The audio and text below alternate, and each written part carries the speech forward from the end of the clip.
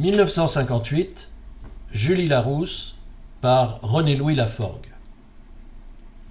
Elle n'était pas rousse, que je sache, et ne s'appelait probablement pas Julie. Rien ne me revient quand je tente de repenser à elle, excepté cette scène qui montre que j'en étais amoureux. Nous sommes en classe, à l'école maternelle du Minguy, à Bondy, assis côte à côte au même pupitre, et nous faisons de la pâte à modeler. Je façonne une petite baguette de pain, la glisse devant elle et lui déclare « Plus tard, quand nous serons mariés, j'irai acheter le pain et nous le mangerons ensemble. » Évidemment, ce ne sont pas les mots, mais je me souviens du sens du message.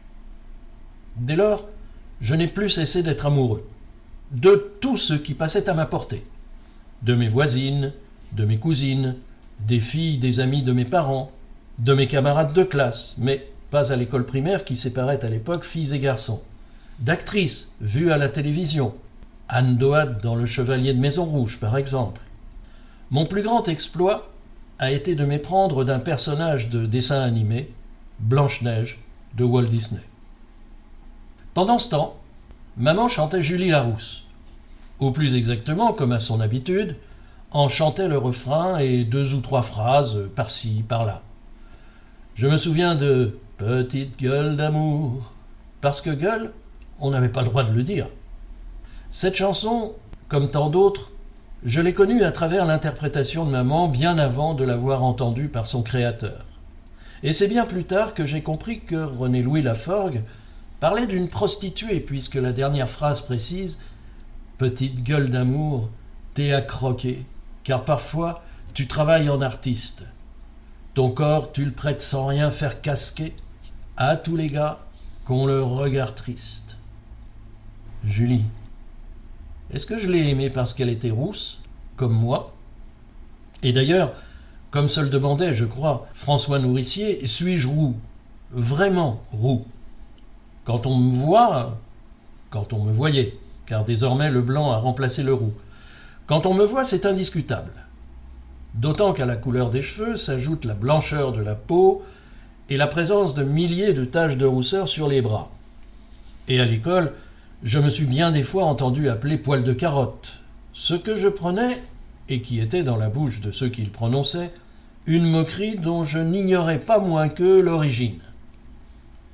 Mais si j'avais boité, on m'aurait appelé jambe de laine, banania si j'avais été noir, ou faillot si j'avais été premier de la classe. Il est nécessaire à l'école d'avoir aux yeux des autres une tare. Je n'étais donc pas vraiment roux alors. C'était ma façon à moi d'être nègre ou juif.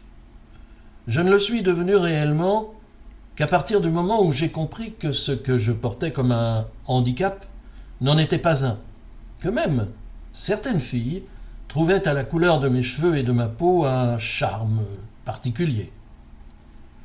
Quand je n'étais pas amoureux, j'étais violent.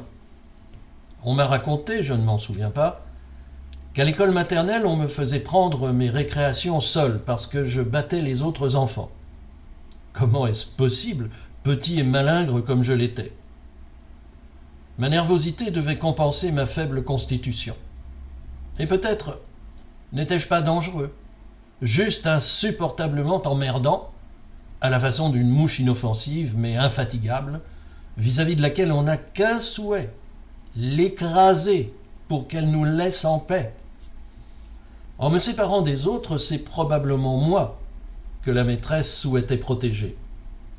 À force de harceler les autres, j'allais finir par en recevoir une bonne. Je raconterai dans le chapitre consacré à l'année 1963 comment l'agressivité que j'avais en moi a définitivement cessé de s'exprimer à travers la violence physique. Si j'avais eu 10 ans de plus cette année-là, je me serais probablement enflammé pour la révolution cubaine. Éjecté du pouvoir un militaire qui y est parvenu au moyen d'un coup d'État, cela entre dans la catégorie de ce que je considère comme juste et moral. Je suppose que je serais tombé amoureux, en tout bien tout honneur, puisque je ne l'aurais jamais rencontré, d'Ernesto Guevara, le Che.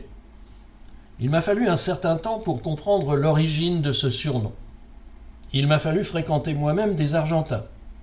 comme lui, et m'apercevoir qu'ils parsemaient leurs phrases de cette interjection « tché », sans lui donner de véritable sens, en une sorte de ponctuation ou de tic de langage, un peu comme le « n'est-ce pas » des personnes cultivées ou le « voilà » des sportifs et des chanteurs populaires.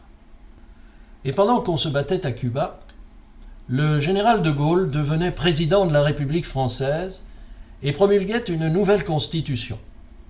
J'aime beaucoup son article 1er.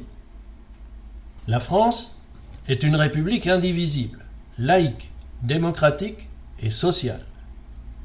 Elle assure l'égalité devant la loi de tous les citoyens, sans distinction d'origine, de race ou de religion. Elle respecte toutes les croyances, son organisation est décentralisée, la loi favorise l'égal accès des femmes et des hommes aux mandats électoraux et fonctions électives, ainsi qu'aux responsabilités professionnelles et sociales. J'y vois écrit tout ce qui structure, selon moi, une vraie démocratie. Et il est difficile, me semble-t-il, d'y trouver à redire. Les verbes sont conjugués au présent de l'indicatif. Est, assure, respecte, favorise. Elle ne formule donc pas des vœux, mais témoigne d'une réalité. Elle n'aspire pas, elle affirme. Elle n'est pas prédictive, elle est catégorique. Comment se fait-il alors que, sans qu'elle soit jamais officiellement contournée ou bafouée, tant et tant de comportements et de décisions en semblent si éloignés ?